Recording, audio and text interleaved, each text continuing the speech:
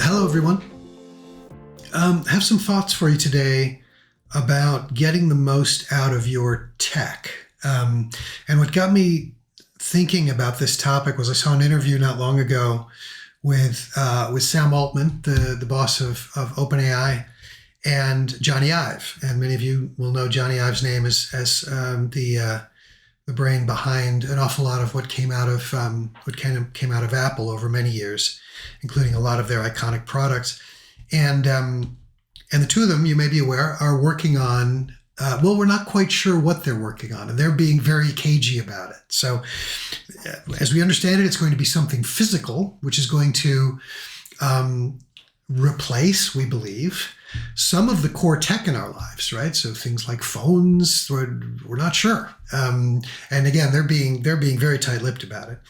But one of the things in this interview that really got me thinking was Sam Altman started to talk about how he saw the current tech that we have access to in terms of its limitations. And the way he described engaging with our tech, and he was primarily talking about, mobile phones and the like, was, he said, engaging with it is a bit like going for a wander through Times Square, right? If you think about Times Square, whether you've been or whether you've seen videos, right? It is an environment which is absolutely full of movement and video and color. And it's just distractions everywhere, right?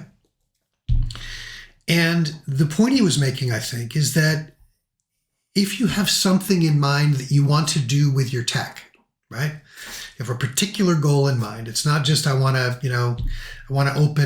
open my favorite social app and do some doom scrolling. But no, I've got something in particular that I want to get done. Then how do I do that? And what he's saying was, well, getting to the point where you've actually engaged with that app, right, is difficult just because there's so many distractions on the way. And I was thinking about this in terms of how can we, for now anyway, until Johnny Ive and Sam Altman come up with this new thing and we see it hit the market, we're going to be making use of the tech that we have. So how can we be a little bit smarter about it? And I really like this Times Square analogy. So how can we get rid of some of the Times Square level distractions, if you will?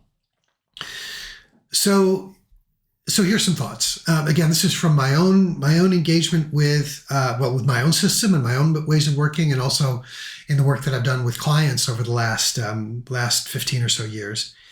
One of the things that I've gotten really ruthless about over time is I want to reduce the number of distractions that my tech provides me. Now, that goes from everything from, hey, if I've got my phone with me at dinner, I put the phone on its face, put it face down. I know that sounds simple and easy, but you'd be surprised how many people end up being distracted by their phones during a meal when ideally they ought to be engaging with the folks in front of them rather than with their tech.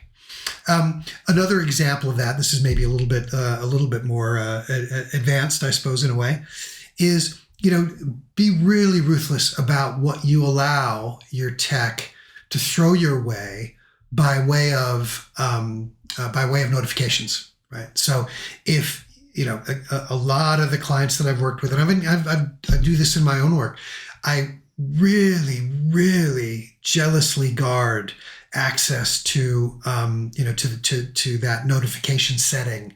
So I think on my phone there are maybe 3 apps that have that setting turned on, and those are only apps where I say to myself, yeah, if something new comes in here, I want to know about it straight away. Okay. All of the other apps, no. And by the way, among the apps that have notifications turned off is my email app. Okay. So, and some people would say, well, why? Surely you want to know if you've got a new email. Well, truth be told, the volume of email that I get in my life, right, many, many dozens a day, pretty much ensures that if I go and open my email app, there's going to be no email there, right? So the fact that I have 3 new emails or 8 new emails or 12 new emails or whatever the number is, that's not terribly helpful, right? So I shut it off, shut the notifications off, as I say, even for my email app. Another way to sort of help us to again, avoid the distractions in our tech on the way to whatever it is we were intending to interact with, whichever app we had in mind, is to and this is something I've done in my own work, and quite a lot of clients seem to have gotten quite a lot out of it. If you look at the home screen of my tech, of my phone, then what you will find is that I have grouped my apps together by function, by the things they do, right? And so they're related apps which help me to do a particular thing. So for example, I've got a group called Getting Around. What goes in there? All of my map apps, right? So if I need help getting, navigating when I'm somewhere that I haven't been before, great. Those are there. Public transportation apps to get around on the trains and the buses and whatever here in the area around London. Those are all in there as well. So that and that's just one group, right? So if my point is I want help navigating, as it were, then that's the place that I go. Another group, right? Another group of apps is what I've called Look Up, and what goes there is anytime what I'm interested in doing is looking up a discrete piece of information, right? My bank balance, right? So my bank app goes there. This sort of belongs in the category of reference material, right? So if there's anything that I need to look up, I can do it using the apps in that group.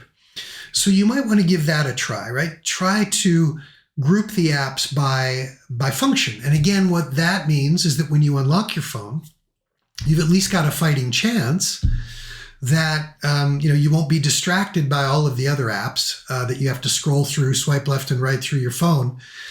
You won't be distracted by those apps as you make your way toward the app that you really wanted to engage with. And I suppose as I think about all of this, it belongs for me in the category. This is a fundamental idea behind the work that we do. One of the things that I want to try to do for my clients and for myself as well is we want to try and be kind to our future self, right? Imagine yourself, tomorrow, next week, next month, next year, as your future self is making things happen in the world. How can you set things up so that happens in the most friction-free way, right? And all of these things, I suppose, would belong in that category.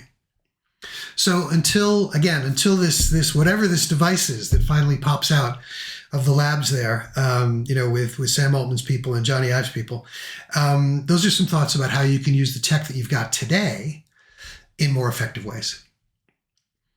So I hope that was helpful. Please do like and subscribe if you want to hear more from us.